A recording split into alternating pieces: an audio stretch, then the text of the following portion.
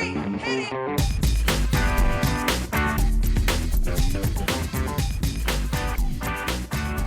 morning, good afternoon, good evening, and welcome to today's Caffeine for the Soul. And today I was thinking about the things that have been game changers in my life. And I'm sure you have in yours, moments that you can look at, that you look back on and you go, wow, that was a game changer. Everything was different after than before. Now, some of them I can attribute to sort of external events. When my dad was killed in a car accident, that was a game changer in my life. Everything was different after than before. When Nina and I got together, my wife of, well, girlfriend, wife of 32 years, something like that, that was a game changer. That everything was different after than before. But a lot of game changers are internal. A lot of game changers are insight, where we see something that fundamentally changes everything. And I've talked at length about my first insight into mental health, and there's a couple of podcasts about that. But one of the most profound game-changing experiences that I had was not initially about me at all, in the sense that I was working with a mentor, and I had been coaching someone who was terrified of death.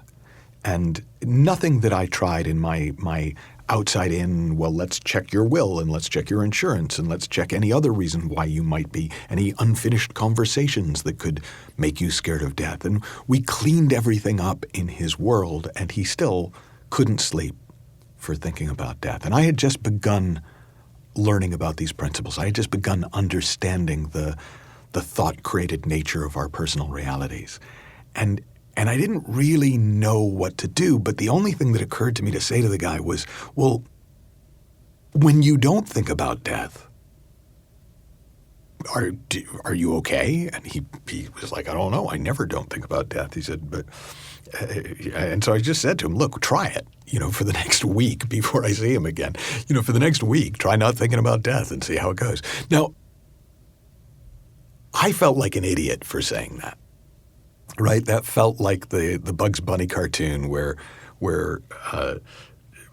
Daffy Duck is going through some kind of hell in his life, and Bugs Bunny says, "Oh, I hate to see him suffer," and then pulls down the window blind so he doesn't have to see him suffer. It felt a bit like that.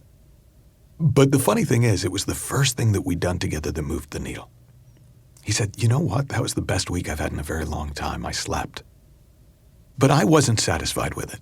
I thought the sum total of the wisdom of the ages that I'm studying and sharing can't be, don't think about it. And so I went to a mentor and I shared the story with her. And I said to her, well, like, what would you have said? And she said, well, I probably would have told him he didn't have to think about it. And I was like, yeah, that's what I said. And I kind of went off, I wrote it down in my notebook, and I went off for lunch. And then I came back from lunch, and I'd built up a head of steam. And I was like, that's not good enough. And she's like, what are you talking about? And I said, just telling somebody they don't have to think about it, that's not a real answer. And she said, well, but I didn't say that. And I said, yes, you did. I wrote it down. And she laughed. And she said, well, that's cool that you wrote it down, but it's not what I said. And I said, what did you say? And she said, if I was dealing with somebody and they were really suffering from thinking about things, I would probably tell them, you don't have to think that. Now, I don't know why that particular formulation of words at that particular time smacked me between the eyes. I mean, it's only one word different from what I said, which is, well, you don't have to think about it. But somehow I saw in that moment of hearing, you don't have to think that we don't have to think anything about anything. That all our thoughts are arbitrary. Now, for me, I went quiet, like dumb quiet. And I started to see this vision in my head of all of my reality melting like a Salvador Dali painting into this kind of river of energy and color. And all these things that I thought were solid became fluid. All these things that I had thought were just true. I'm this kind of person and I'm not that kind of person, and the world is like this and the world's not like that. I saw in that moment that they were all made up, that I didn't have to think that. And if I didn't think that, it wouldn't be.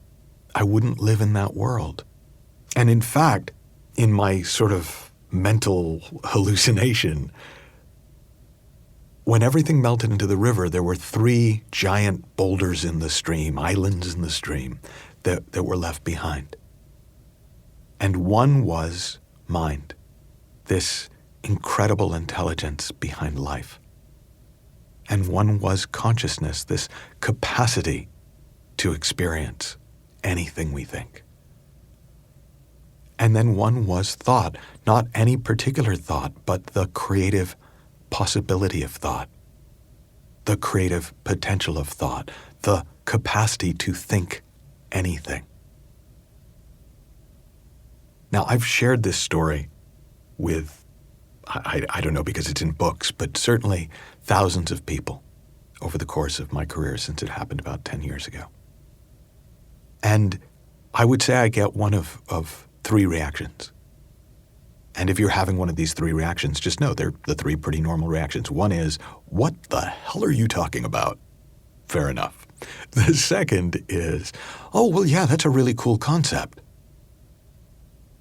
But then every now and again, somebody hears it the way that I heard it. They see something about the arbitrary, made-up nature of their personal reality.